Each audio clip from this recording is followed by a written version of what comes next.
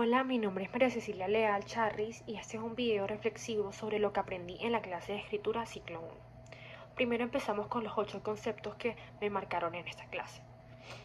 Empezamos por el concepto de análisis de textos, en donde pude identificar las ideas primarias y las ideas secundarias de un texto. También la comprensión crítica, que me enseñó que no se trata únicamente de leer, sino de analizar y entender lo que estamos leyendo. Después también está el uso correcto de las tildes, en donde básicamente se aplica la regla de ortografía para dar más claridad y continuidad a nuestro texto o escrito. El cuarto es evitar el mal uso del gerundio. Anteriormente nunca había escuchado esta palabra, pero con las presentaciones de mis compañeros pude entender qué es y cuándo se utiliza correctamente y adecuadamente en un texto. El quinto es el uso de correctores discursivos, el cual está en mi presentación, y me di cuenta que ayudan a dar coherencia a lo que escribo y, y claridad. Por sexto lugar tenemos la tesis. La tesis se basa en todos los escritos y es la planificación más importante de un escrito, ya que es la idea central de un texto argumentativo.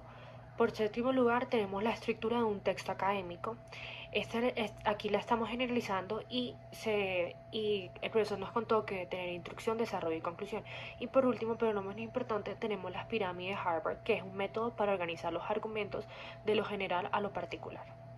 La pregunta es pasos para formular un texto argumentativo. Bueno, principalmente para seguir este régimen tenemos que definir un tema principal, un tema en el cual se va a basar este texto.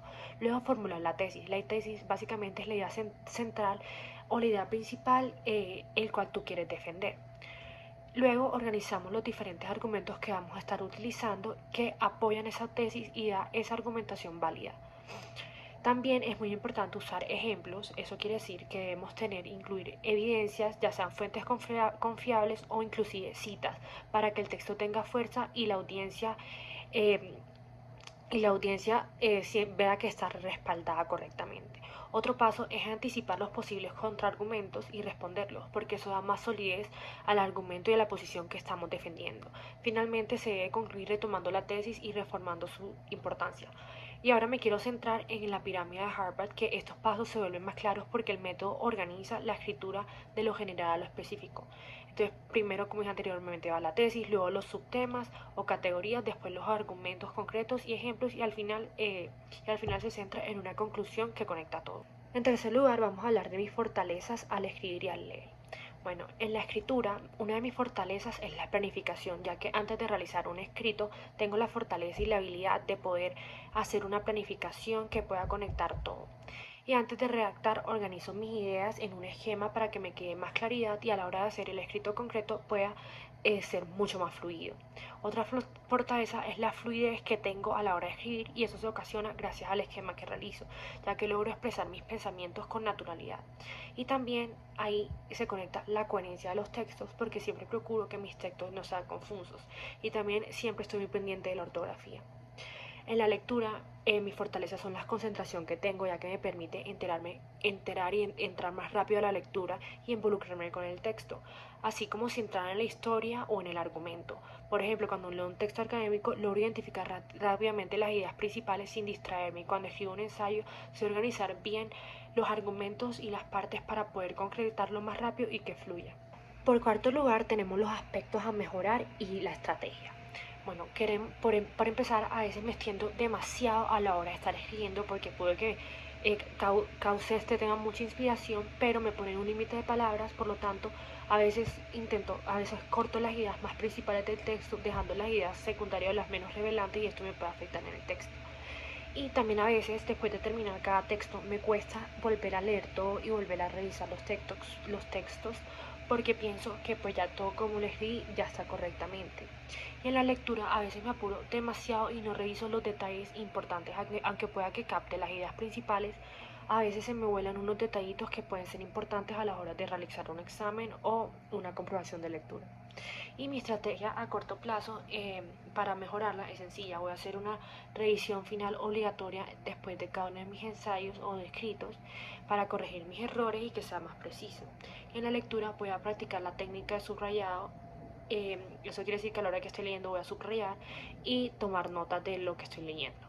Por quinto lugar, vamos a hablar de la noción gramatical. En este caso fue los conectores discursivos y las fuentes bibliográficas. Principalmente los conectores discursivos pueden entender que son palabras o expresiones que sirven para conectar oraciones de un lado a otro y que cause coherencia. Esto quiere decir que existen diferentes tipos de causa que son por qué y ya que, de consecuencia, por lo tanto o en consecuencia, de oposición que son sin embargo y aunque, para ordenar ideas que son en primer lugar y finalmente, y de ejemplificación que son por ejemplo y es decir.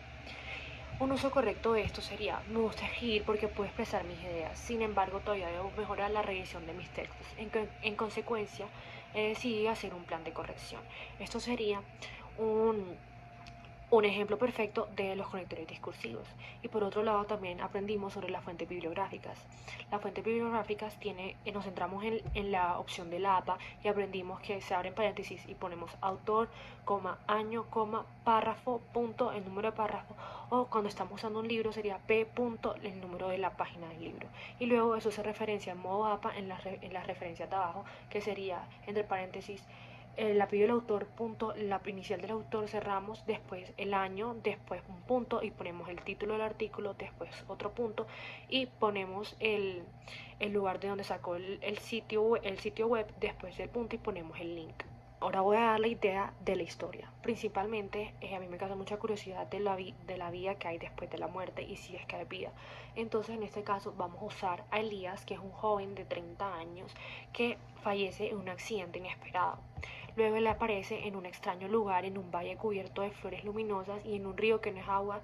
Y en ese río, mientras él camina, ve un puente de cristal y decide pasar por ahí, y alrededor de ese puente está viviendo los momentos más divertidos, más dolorosos y todos los momentos esenciales que él vive en su vida. Luego ahí conoce a Auren, que es una guía en forma humana con ojos que parecen estrellas. Y él le pregunta, él le dice que está a un paso de la vida y a un paso ella le dice que está a un paso de la vida y a un paso del cielo, y que si quiere continuar este camino. Elías dice que no, que él se quiere regresar, y entonces al momento de que ella le dice eso, el puente se rompe y Elías regresa a la vida y entonces empieza a contar su testimonio de que vio un puente y en ese puente había muchos seres muertos con el que ellos habían convivido, y pues nadie le empezó a creer.